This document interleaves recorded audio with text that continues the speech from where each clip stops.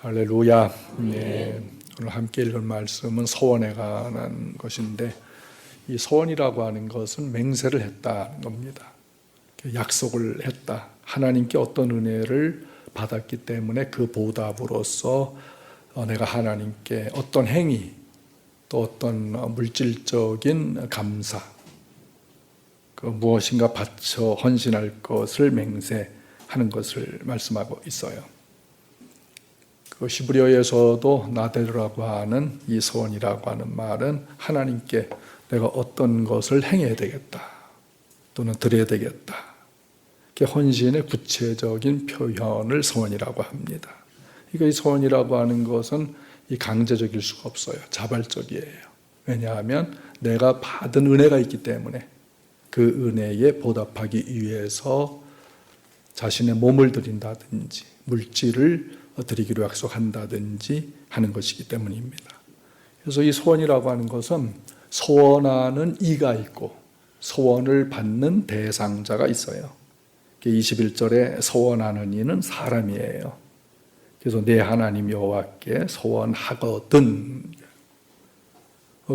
개가 아무리 똑똑해도 주인한테 소원합니까? 혹시 그런 반려견 보셨어요?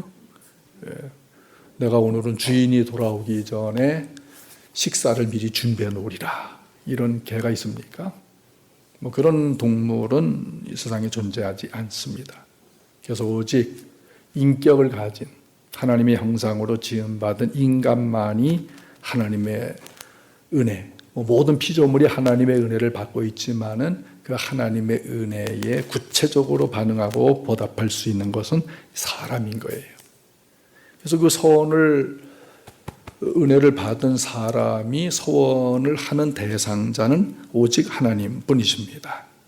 그래서 신앙생활을 하다 보면 하나님께 무엇을 드리고 싶다, 어떤 일을 하고 싶다, 이렇게 맹세, 약속을 할 때가 있어요.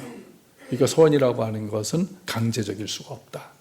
은혜 받은 사람의 자발적인 행위다. 이 소원은 속히 실천을 해야 돼요. 21절을 읽어봐요. 내 하나님 여호와께 소원하거든 갚기를 하지 말라. 내 하나님 여호와께서 반드시 그것을 내게 요구하시리니 더디면 그것이 내게 죄가 될 것이다. 여기 갚는다는 것은 안전하게 하다는 뜻입니다. 안전하게 갚아라. 그러니까 이 소원을 실천을 해야 내가 안전하다. 그리고 번창한다든지 번성이라는 뜻이 여기 이 갚는다는 말에 포함이 되어 있어요. 그러니까 소원을 갚으면은 그에 상응하는 보상받는 은혜가 있다. 이미 은혜를 받았기 때문에 소원을 하는 것이지만 그 소원을 행했을 때 보상받는 은혜가 있다는 것입니다. 그런데 여기 더디 갚으려고 하면 일부러 소원한 것을 늦추거나 또는 갚으려고 하는 사람을 방해하거나 지연시키거나 빈둥거리거나 그렇게 소원 갚기를 더디하게 하지 말라. 소원은 속히 실천을 해야 된다. 과거 부모님들이 이전에 신앙이 굉장히 뜨거우면은 대개 이 자식에 관한 소원을 부모가 대신했어요. 주로 자기 자식이 뭐가 되라고 소원했죠? 목사님이 되라. 우리 아들 목사가 꼭 되도록 도와주세요. 그렇게 소원을 많이 했어요. 근데 자식은 모르는 거예요. 어떤 분들은 태어나기 전에 아들 주시면 목사 만들겠다고 그런 분들이 있어요. 대개 교회가 이 부흥이 한번 끝나면 소원하는 성도들이 굉장히 많았습니다. 왜? 은혜를 많이 받았거든요. 그래서 자식을 바치겠다, 내가 어떻게 하겠다, 또 헌금을 얼마를 하겠다, 이렇게 소원하는 일들이 굉장히 많이 있었습니다. 그래서 자식이 태어나서 성장해 보니까 엄마가 말하기를 내가 너 목사 되도록 기도했다 그러는 거예요. 그러니 자식은 얼마나 억울해요. 얼마나 놀라겠어요. 자기는 꿈에도 그런 거 생각 안 하는데 엄마가 왜 그런 기도를 해서, 왜 그런 소원을 해서 나로 하여금 내가 하고 싶은 일을 못하게 하느냐, 이런 사람도 있는데 현실적으로 제 친구들도 그렇지만은 꽤 여러분들의 목사님들이 부모의 소원에 의해서 목사가 된 분들 많아요. 그건 왜 그렇게 됐느냐?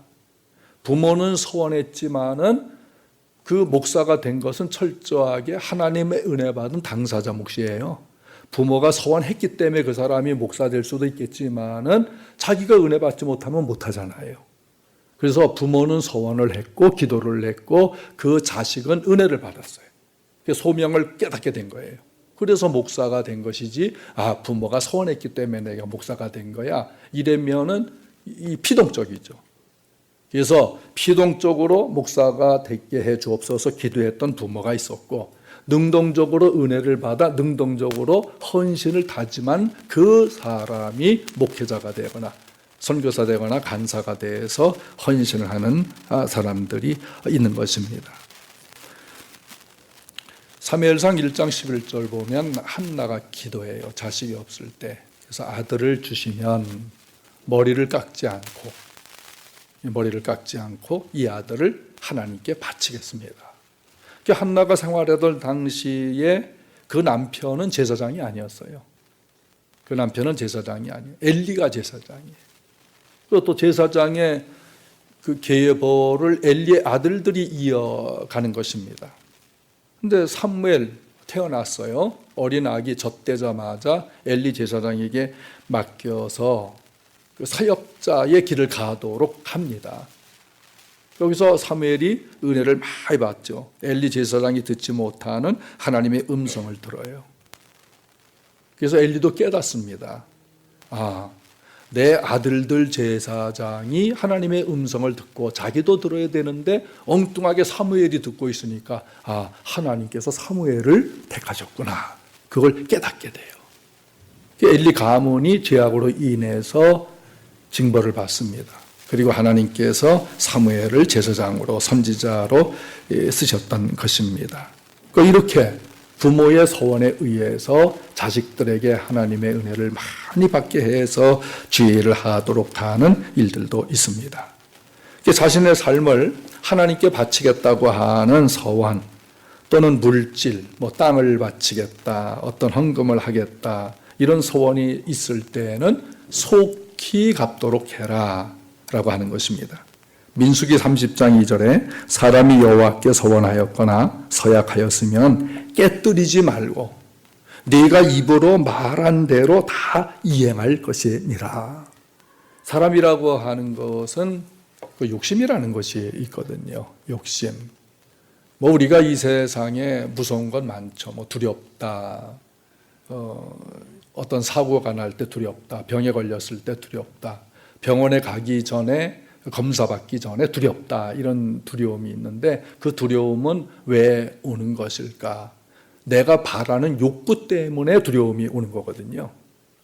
실제로 무서운 어떤 환경이 있지만은 진짜 두려움이라고 하는 것은 내가 원하는 대로 안 될까 봐, 또 내가 원하는 대로 원하지 않는 일이 일어날까 봐, 그래서 두려운 거예요.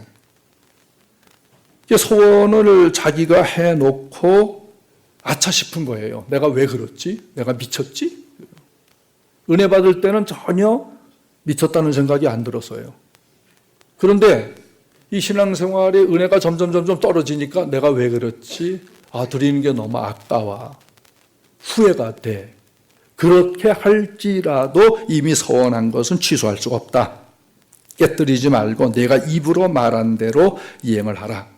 시편 50편 14절 감사로 하나님께 제사를 드리며 지존하신 높은 이에게 내 소원을 갚으며 시편 15편 4절 그의 마음에 소원한 것은 해로울지라도 변질시키지 말아라.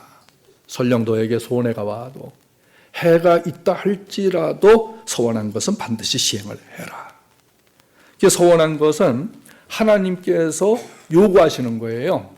하나님이 요구하다는 말은 하나님이 청구한, 너 이전에 그렇게 나한테 하겠다고 했잖니? 내가 너한테 청구한다. 내가 조사해서 그것을 찾겠다 하시기 때문에 정직하게 시행을 해야 하는 것입니다. 21절 하반절에서 22절 보면 소원은 속히 갚도록 하나님이 요구하시는 것인데 더디하면은 이 서원을 더디하면 어떻게 되느냐? 22절 읽습니다. 내가 서원하지 아니하였으면 무죄하리라. 그러나 21절 마지막 부분에 그것을 내게 요구하시니 하나님이 청구하겠다. 더디면 그것이 내가 죄가 될 것이지만 내가 서원하지 아니하였으면은 그건 죄가 없는 거다. 그러나 서원하고도 갚지 않은 것은 죄다. 서원하지 않는 것은 죄가 아니다. 하나님은 은혜 받았다고 해서 모든 그리스도인들이 서원해야 하는 것은 아니에요. 저 사람 서원했는데 내가 안 하면 뭐가 잘못된 것 같으냐? 내 믿음이 없어 그런가? 그런 게 아니라는 거예요. 서원하지 않는 것은 죄가 아니다. 그러나 서원했는데 갚지 않는 것은 죄가 된다. 23절에 네 입으로 말한 것은 그대로 실행하도록 유의하라. 무릇 자원한 예물은 네 하나님 여호와께 네가 서원하여 입으로 언약한 대로 행할지니라. 서원하는 것이 누구의 강요에 의해서 되는 것이 결코 아닙니다. 서원은 자발적 신앙 행위인데 이에 따라서 스스로 입으로 말을 했든지, 이게 이제 입으로 말할 때는 기도했다는 거죠. 하나님 내가 이렇게 하겠습니다라고 기도를 했다든지, 또는 문서로 약속을 했다든지. 되게 이제 결혼 목사가 주례를 설 때는 그 순서지에 기록이 돼 있지 않습니까? 언약이 내가 신랑에게 남편에게 어떻게 하고 아내에게 어떻게 하겠다고 하는 이 언약이에요. 그게 소원입니다. 그런데 그런 것들은 먼저 이런 순서대로 제가 결혼 주례할 때는 이제 신랑 신부를 불러요. 그리고 이런 순서대로 진행이 될 거다. 그리고 이런 언약을 하게 될 거다. 동의를 하느냐? 그러면 제가 주례를 쓰고 동의하지 못하면 주례를 못 쓰는 거예요. 그 왜 중요하냐? 하나님 앞에서 하나님의 이름으로 하는 언약식이 결혼 예식이기 때문에 그런 것입니다.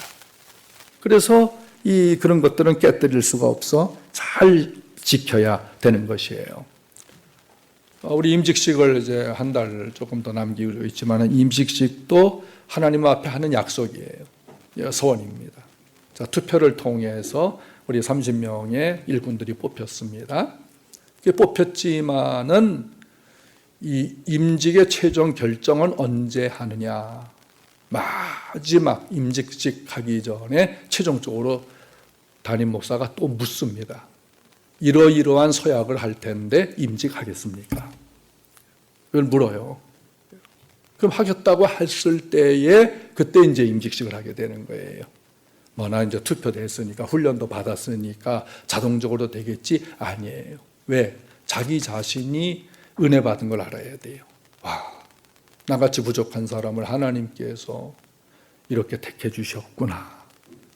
이 성도들을 통해서 나를 합격시켜 주셨구나. 목사님을 통해서 훈련을 받고 또 하나님이 담임을 통해서 최종적으로 확인을 하시는구나. 그때 내가 뭐라고 대답해야 될까?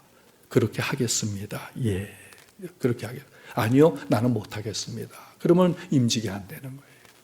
이게 이 임직이라고 하는 것이 그만큼 이 과정도 까다롭지만은 이게 사실은 굉장히 두려운 거죠. 왜? 한 번 임직, 한 번에 일생에 단 한 번이에요.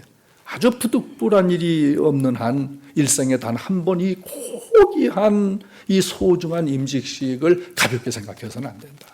왜? 그게 소원이기 때문에 그래요. 그거를 갚으라. 그래서 자발적 약속에 근거하여 서약하는 거예요. 서약하였으면 지켜라. 해로울지라도. 여기 해롭다라는 말은 불쾌해도, 내가 불쾌할지라도 또는 손해를 봐도, 내가 임직을 하고 보니까 내게 돌아오는 유익보다는 돌아오지 않는 손해가 더 많아. 그렇게 생각이 든다 할지라도, 혹시 내가 이런 서약을 함으로 내 삶이 악화된다 할지라도 그것을 반드시 지켜라. 그래야 은혜 받는 거다. 우리 사도행전 5장 보면 아나니아 삽비라 부부가 베드로 요한 말씀 듣고 큰 은혜 받아 밭을 팔아서 바치겠다고 소원을 했잖아요. 땅을 팔고 보니까 이게 돈이 너무 많은 거예요. 반만 바쳐도 되겠지. 반은 감춰놓고 부부가 모의를 해서 반만 드렸어요. 우리가 이 신앙생활을 이제 부부가 같이 하시는 분들 많이 있잖아요. 부부가 같이 신앙생활한다는 것은 다 좋은 이 믿음의 길을 간다는 것인데, 간혹 남편이나 아내 어느 한쪽이 신앙과 동떨어진 결정을 할 수가 있어요.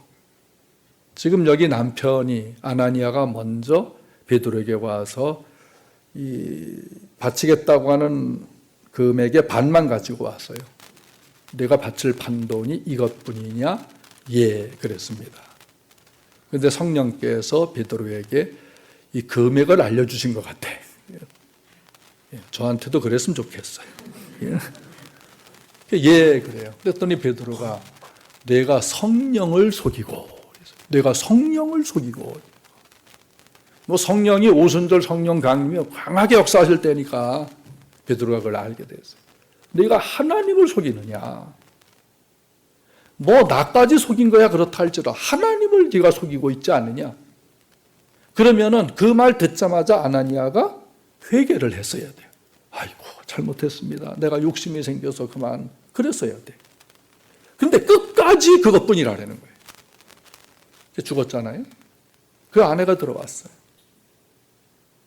내 남편 못 보셨습니까? 동일하게 질문하는 거예요. 땅 판돈이 이것뿐이냐? 그랬더니 예, 그러는 거예요. 너도 동일하게 성령을 속이고 하나님을 속이고. 남편 죽은 자리에서 그 안에 삽비라가 같이 죽습니다. 이 초대교회는 이 교회가 창설되는, 이 교회가 창설은 예수께서 하시고 사도들을 통해서 계승해 나가셨는데, 이 초기 교회가 창설되는 시점이었기 때문에 얼마나 성령께서 강하게 역사하셨는지. 사도들의 영적 권위가 대단해요. 하나님이 바로 심판을 하셨어요. 그때 삽비라가 그 얘기 듣고 제가 잘못했습니다. 욕심 때문에 그만. 사실은 반을 감추었는데 바로 가져오겠습니다. 이렇게 했더라면 얼마나 좋았을까요?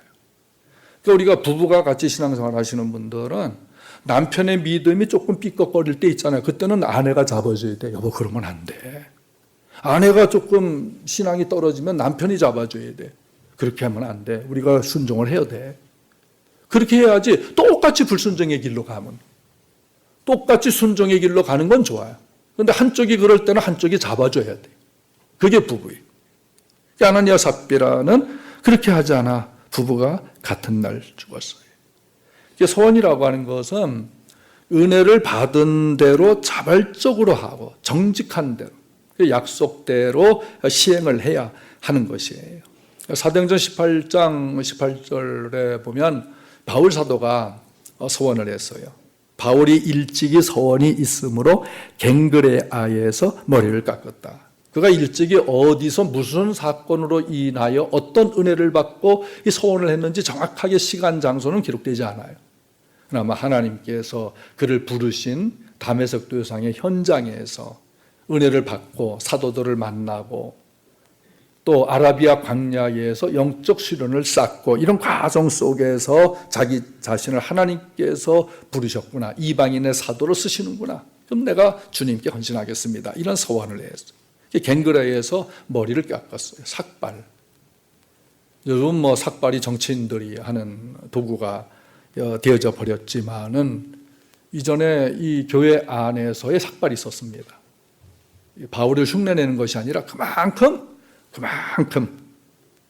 각오를 하는 거예요. 주님을 위해서 내가 헌신을 하겠다. 이게 나실인의 헌신이라고 그래요. 나실인의 서원. 민수기 6장에 보면 나실인의 서원이 설명이 되어져 있는데 일정 기간 동안에 이 술을 마시지 않겠다. 머리를 깎지 않겠다. 몸을 구별해서 거룩하게 하겠다. 예배를 하면서 제물을 드리겠다. 이런 서원을 했던 것입니다. 바울 사도는 머리를 깎고 서원한 이후에 사도행전 21장 25절에서 우상의 제물 먹지 않고 또 금지된 피, 이 동물의 피를 마시지 아니하. 목매어 죽인 것, 목매어 죽인 이 가축의 고기를 먹지 않는 그 음행을 피하는 것, 일들, 이 육신의 정욕적인 일들을 피하는 이런 일들을 일생 동안 그 소원한 대로 살았어요. 그리고 이 수리아 지방으로 선교를 떠나게 되었습니다. 그러니까 우리가 이 소원이라고 하는 것은 하나가 개인적인 소원이 있어요. 개인적인 소원. 개인이 어떻게 하겠다, 무엇을 드리겠다고 하나님 앞에 약속하는 겁니다. 또 공동체 소원이 있어요. 우리 가족이 하나님께 어떻게 하겠다. 또는 교회가 어떻게 하겠다. 이런 소원이 있습니다. 뭐 개인적인 소원이야 개인적인 비밀, 남에게 알리지 못하는 그런 소원도 있을 수가 있지만은 가족이 함께 모여서 의논을 하면서 야, 우리 하나님 앞에 이렇게 하자. 어떻게 섬기자. 뭐 이런 예를 들어 뭐 이번 새벽기도 중중에 우리 가족이 한번 다 참석해 보자. 이런 약속이라든지 공동체 소원. 그 교회가 이 지역 사회를 위해서 무슨 선한 일을 해보자 약속하는. 또 선교사를 파송한 그를 돕는 것, 이 소원입니다. 이 공동체적인 이런 소원이 있는 것이에요. 그래서 이런 소원은 23절 하반절을 보면은 언약한 대로 행하라. 언약이라고 하는 이 아사라고 하는 말은 그 소원한 임무가 달성되도록 끝까지 시행을 하라. 틀림없이 끝까지 달성되도록 적합하게 성취하도록 또는 제공하다고 하는 뜻이 있어요. 제공하다. 24절, 25절 있습니다.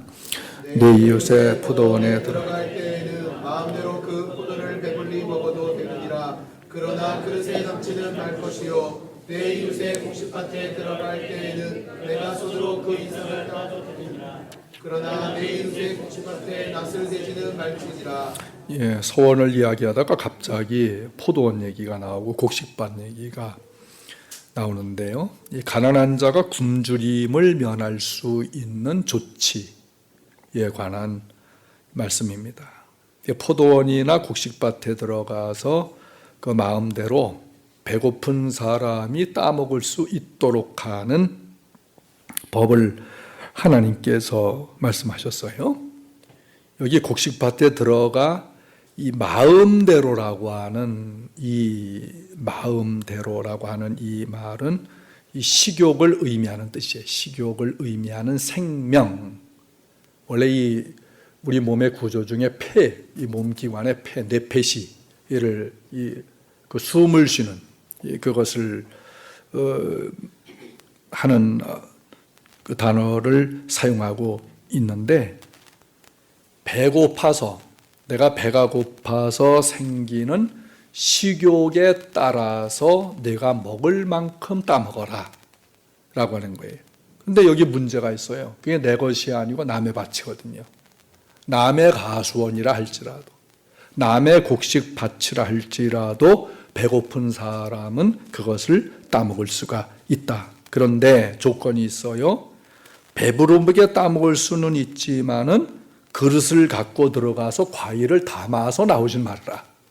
낫을 가지고 가서 곡식을 베가지고 곡식단을 들고 나올 수는 없다. 그런 규정을 하고 있는 거예요. 왜 이런 법을 만들어 놓았을까?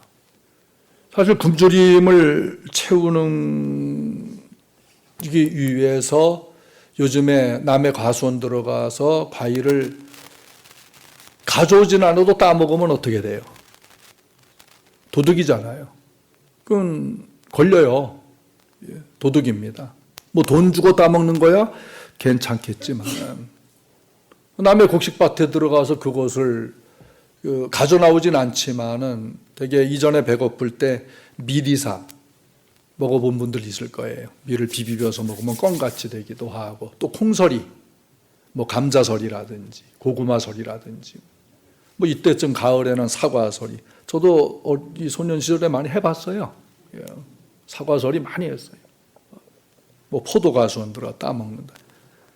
그때 주인한테 붙잡혀도 그렇게 혼나지 않았어요. 그냥 하나의 장난처럼 그저 서리하는구나 이 정도로 취급을 했지, 그것 가지고 고발을 한다든지 배상해 놓으라든지 이런 주인은 한 사람도 보지를 못했습니다. 근데 여기 오늘 이 24절, 25절이라고 하는 것은 하나님의 정의에 의해서 이렇게 시행을 하시는 것입니다. 하나님의 사랑과 긍휼에 의해서 이 굶주린, 사회적으로 굶주린 자들에 대한 배려를 하고 계시는 것이에요. 그럼 굶주린 이웃이라고 하는 것은 어떤 부류의 사람들인가? 길 가던 나그네. 이건 이스라엘에 속하지 않은 사람이에요. 이방인인데 이스라엘에 볼 일이 있어서 왔다가 배가 고픈 거예요. 연고지도 없는 곳에서 배고프고 굶주릴 때 그때 당시에 무슨 요즘처럼 식당 있는 것도 아니고, 말하자면 주막이 곳곳에 있는 것도 아니고, 주막이라야 4km, 10km 가야 있는데 그건데 굶을 수 없잖아요. 그때 허용이 될 수가 있었어요. 그래서 이런 사회적인 약자들, 가난하고 약한 자, 특별히 고아나 과부들, 나그네에 대한 사랑을 강조하고 있어요. 그래서 과수원의 과일이나 곡식밭에 곡식을 따먹을 수 있도록 허용을 했던 것입니다. 이것이 신명기 15장, 16장 읽어보면 더욱 상세히 나오고 있어요. 예수님께서도 이런 것을 허용하셨어요. 마태복음 12장에 안식일이었어요. 오늘 말하면 주일날 제자들이 배가 너무 고픈 거예요. 가다가 보니까 곡식밭에 들어가 밀을 발견해. 밀 이삭을 비벼가지고 그들의 식욕을 채웠던 것입니다. 그런데 그것까지는 유대인들이 허용을 했어요. 왜? 하나님의 율법이 그러니까. 그런데 왜 하필이면 안식일 날 밀이삭을 비벼 먹느냐 이거예요. 이걸 안식을 범했다는 겁니다. 그래서 그 예수님을 죽이려고 한 거예요. 안식일 날 병을 고쳐줬어. 안식일 날 밀이삭을 따먹도록 했어. 그랬더니 예수님께서 다윗도 사울 왕에게 도망 다닐 때에 아비멜렉 제사장에게 가서 뭔가 먹을 것을 구했더니 먹을 것은 없고 그 성막, 하나님의 성소에 진열되어 있는 진설병이라고 있잖아요. 일주일씩 해놓는 진설병이 있다. 다윗에게 제사장이 그걸 준 거예요. 그 무슨 떡이죠? 하나님 앞에 바쳐진 떡이에요. 근데 그거를 굶주린 사람에게 준 거예요. 그게 법을 어겼느냐? 그렇지 않다네. 다윗도 그러했다. 그리고 안식일의 주인이 누구냐? 안식일은 누구를 위해서 있느냐? 안식일의 주인은 예수님이십니다. 그 주인 되신 예수님께서 사람을 위하여 안식일을 주신 거예요. 그러면 사람이 살아야 될 것이 아니냐? 배고픈 사람 안식일이라고 해서 너희들은 먹지 않냐? 내 제자들이 그것 좀 따먹었다고 해서 안식일을 범했다고 할 것인가? 그럴 수가 없다라고 하는 것입니다. 그러므로 오늘 이 법은 관용과 긍휼의 정신이고, 하나님께서 가난하고 약하고 또 고아로 살고 홀로 사는 어머니들, 나그네들에 대한 사랑을 강조하시면서 오늘날로 말하면 사회적 복지죠. 사회적 복지를 통해서 그들의 이 식의 문제, 이 먹는 문제를 해결해 주시는 것입니다. 오늘 우리에게도 이 서원이라고 하는 것이 필요합니다. 그거는 옛날 사람들이 하는 거야. 고리타분한 거야. 아니요. 지금도 이 서원이 필요한 거예요. 서원은 바르게 해야 돼요. 바르게, 터무니없이 해서는 아니겠다. 또는 호기가 넘쳐서, 허영심에 의해서, 또는 저 사람이 하니까 나도 해야지 하는 어떤 경쟁심, 또는 감정적, 또 군중심리에 묻혀서 이렇게 서원을 해서는 아니 되는 거예요. 왜냐하면 서원은 갚아야 되는 것이기 때문에. 내가 혼자 했으니까 해도 되고 말아도 되고 이렇게 해서는 아니 된다는 것이죠. 제가 서울 서초동에 있는 교회에서 부목사 사역을 할 때에 학생들 청년들 데리고 마석에 있는 천마산 기도원을 추운 겨울날 공휴일이 내일이면은 오늘 저녁에 학생들 수십 명을 데리고 산기도를 갔습니다. 그 아이들을 이제 기도에 다 배치해 놓고 오늘 저녁에 너희들이 나무 한 그릇씩은 뽑을 정도로 흔들고 기도를 해라. 그 추운 날 배치를 해 놓고 남녀 학생들, 저도 한 곳에 가서 열심히 기도하다가 갑자기 그 옛날 일을 떠오르게 하는 거예요. 제가 원주 행구동 교회에 건축을 할 때에 5,000원을 작정했어요. 그때 다시 5,000원의 금액이라고 하는 것은 얼마냐? 그때 당시 근로자 하루 품값이 600원이었어요. 그러니까 내가 이 신앙생활 얼마 안 한 사람이 뭐 5,000원 정도야 6, 8, 2, 48, 한 일주일, 한 열흘 정도 일하면 벌 수 있는 그 정도의 건축헌금을 작정을 했는데 제가 그걸 안 한 거예요. 그냥 한 줄 알고 있는 거예요. 세월이 상당히 흘렀는데 천마산에서 애들과 산기도를 하다가 그게 떠오르게 됐어요. 그 사이에 목사님들 3명이 바뀌었습니다. 그래서 그 당시 현존하는 행국교회 목사님한테 제가 편지를 썼어요. 사실 내가 청년 때 은혜를 받고 거기서 신앙생활을 하다 예배당을 건축해서 5,000원을 작정했다. 나는 한 줄 알고 지금까지 목회를 하고 있는데 천마산에 와서 기도하다가 하나님께서 그것을 떠올리게 했다. 내가 너무 죄송하고 부끄럽다. 그래서 그 5,000원의 금액에다가 공 하나를 더 붙여서 이자로 생각하고 제가 붙였어요.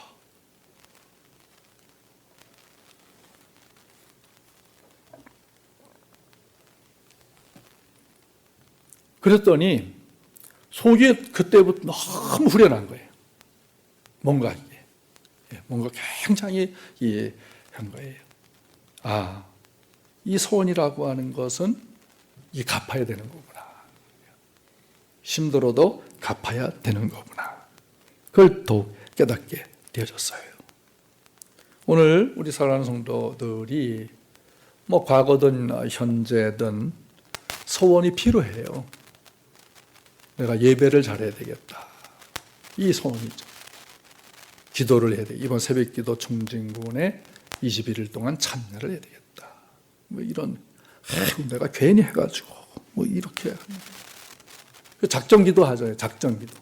뭐 40일 작정기도, 100일 작정 또는 금식기도.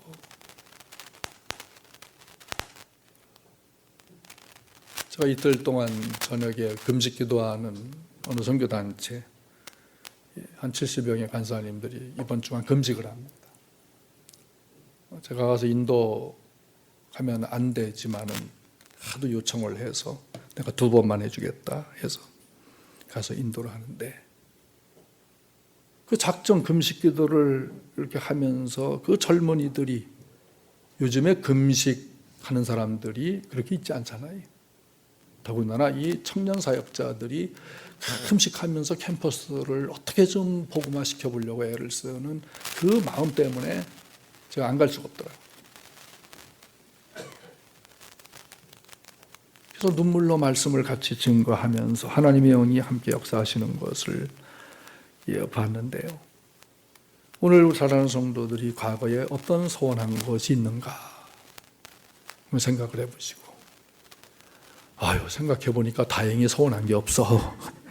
이런만 맞지 마시고 그럼 오늘이라도 돌아오는 질 새벽기도 총징을 헌신 예배하면서 그때라도 소원을 해보세요. 소원은요, 그 소원 자체를 한 사람은 결코 해롭지가 않아요. 그것이 우리의 신앙을 더 상승하게 합니다. 그 때문에 내가 소원한 것 때문에 내가 더 구별되게 살 수가 있는. 더 헌신적인 사람이 되어줄 수가 있는 거예요. 그러나 터무니없이 해서는 안 된다. 터무니없이 허영심에 의해서 서원해서는 아니 된다.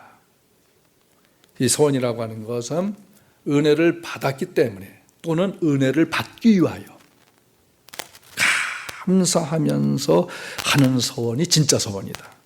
전도서 5장 4절 5절 내가 하나님께 서원하였거든 갚기를 더디게 하지 말라. 하나님은 우매한 자들을 기뻐하지 아니하시나니. 이 서원을 하고 갚지 않은 것은 어리석다는 겁니다.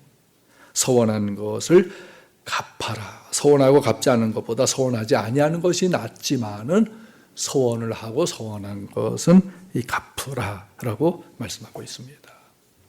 오늘 사랑하는 성도들이 그 신앙생활도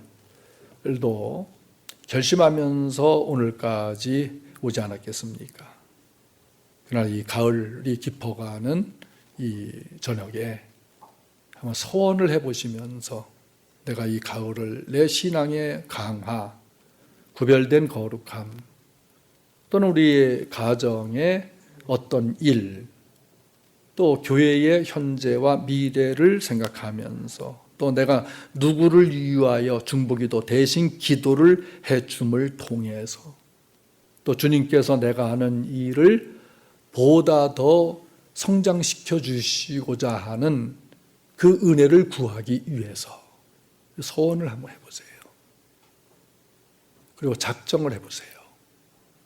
그래서 이번에 오늘을 기점으로 해서 이 새벽 기도가 가을이라고 하는 이 계절에 영적인 은혜와 추수를 풍성하게 할 수 있는 그런 소원과 하나님의 은혜를 받는 성도 되기를 예수님 이름으로 축원합니다. 아멘.